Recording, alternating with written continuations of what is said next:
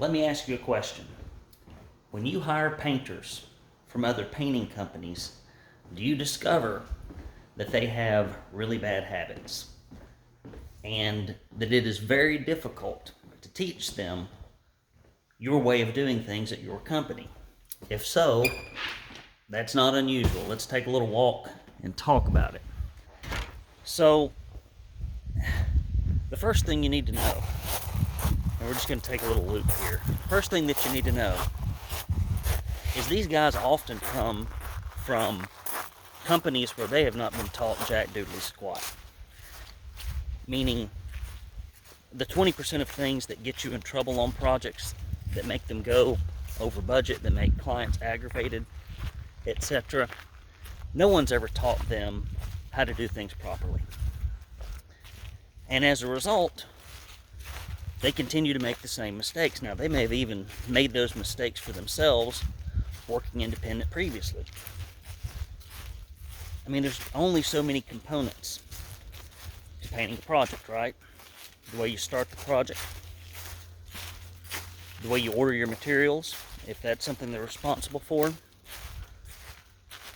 the way they set expectations with clients, that they advise their crew members of the budget, the way they set up the project, the way they tackle the project, the way that they keep up with the labor hours daily so that they know if they're on budget or not, so that they do things in a sequence that makes sense. And things like communicating with the client. If they're going to be late, if there's some unforeseen circumstance, putting everything on a drop cloth and tidying up before you leave, closing out the project with a dual column checklist, collecting the payment, getting a customer satisfaction survey complete along with the check, and hopefully a video testimonial, maybe a Google review. It's the same thing over and over again, right? And so when these painters that you hire from other companies can't seem to bring the budget in, can't seem to make the clients happy, can't seem to show up on time, can't seem to motivate their crew members, it's just because they've never really been taught the basics. And you expect them to come to your company knowing the basics, but they don't. So it's critical that you give them checklists.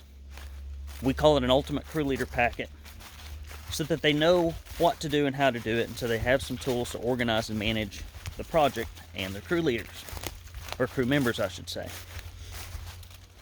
So there's only a few things that really matter on these projects, and if you will spend 80% of your time focusing on the 20% of things that actually make a difference, you're going to eliminate a ton of your problems. But you've got to do it with these guys. They don't just come from other companies knowing this. It's not something that's taught.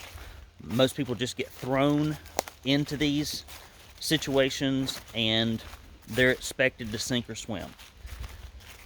Now, the same thing happens in running a painting business, right?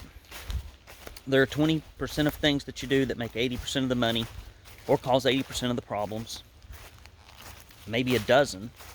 Job costing, production rates, how you estimate your projects, how you sell, persuade the client on the projects, conduct crew meetings, how you manage the projects at the crew leader level, how you manage them at the office level, your relationships with your past clients, both lining up spring and winter work and then staying in communication with them so you generate referrals, your B2B relationships with commercial clients, your relationships with referral sources like realtors and other tradespeople.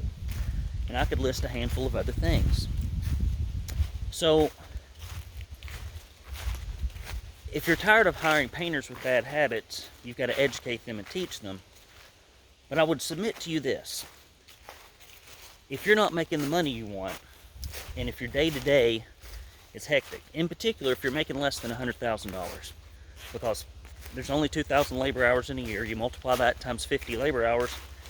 If you work by yourself, you should make 100 grand, right? Well, guess what? Painters who come from other companies have bad habits, right?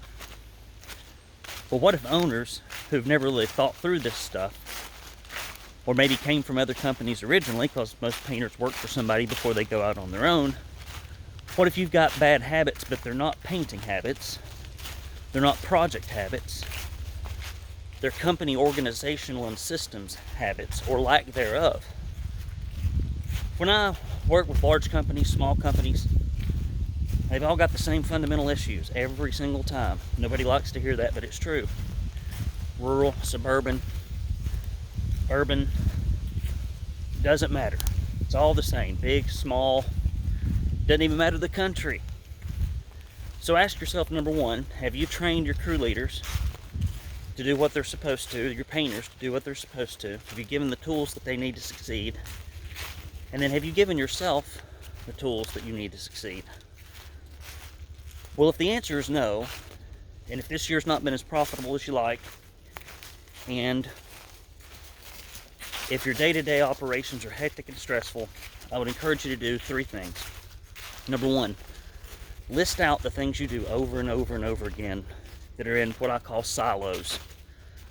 Sales, marketing, operations, estimating, etc. Everything that you do over and over again. And ask yourself, do I have a system for this? And is it working? And can I verify that it's working? And work on it on your own. The second thing I'd recommend is, if you really want to figure out if you've got bad habits as an owner and how to fix those things, I'd come to the 7th Annual Painting Profit Summit. You'll see a link below this video where you can do that. Number three rather, if you're having a real big issue, real big problem, call me, 423-800-0520. I will help you. 423-800-0520. I will help you. And you can email me, Brandon@paintersacademy.com. But I'd really like for you not to carry the bad habits from other old companies.